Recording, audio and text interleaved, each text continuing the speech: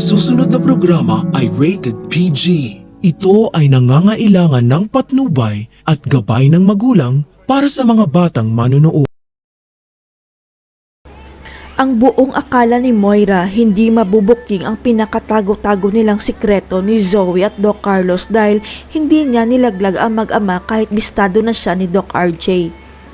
Akala lang pala ni Moira ang lahat dahil may isa pang tao na nakakaalam ng pinakatago-tago nilang sikreto tungkol sa tunay na ama ni Zoe at yun ay si Doc Fidel.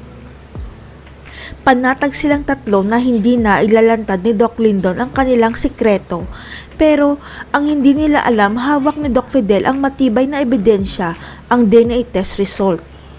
Ang alam ng lahat na sa Australia na si Doc Fidel nagtatrabaho pero hawak niya pa rin ang susi para maalala ni Doc RJ ang naging dahilan kaya nahulog siya sa hagdan. Ang resulta kasi ng DNA test ni Zoe at Annalyn ang totoong dahilan kaya naitulak siya ni Moira sa hagdan dahil pinipilit siyang pinapaamin kung sino ang tatay ni Zoe. Hanggang sa nagdesisyon si Doc Fidel na magbakasyon sa Pilipinas kaya naisipan niyang dalawin ang kaibigan niyang si Doc RJ kaya lang hindi sila nagkita sa Apex. Bagkus si Giselle at Lolo Pepe ang makikita ni Doc Fidel dahil kakarating lang nila mula Cebu at gusto makausap ni Lolo Pepe si Obeng dahil pinalayas na nito si Moira. Kaya nagbilin si Doc Fidel kay Giselle na sabihin kay Doc RJ na nasa Pilipinas na siya at kung natatandaan pa nito ang tungkol sa resulta ng DNA test ni Zoe at Annalyn. Kaya nagtaka si Giselle kung ano ang tungkol sa DNA test ng mga pamangkin niya.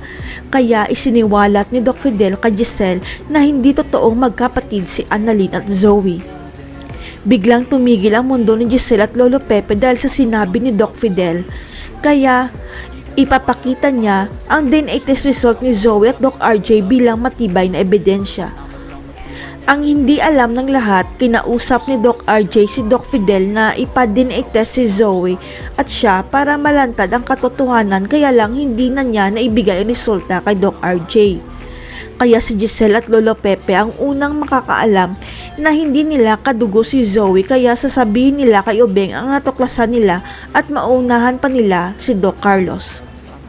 Malinaw na ngayon kay Giselle kung bakit masama ang ugali ng peke niyang pamangkin. Dahil hindi niya pala kadugo si Zoe at nagmana ang kasamaan nito sa ina niyang si Moira. Si Lolo Pepe kaya ang magpapalayas kay Zoe dahil bistado na niya ang sikreto nito. Abangan.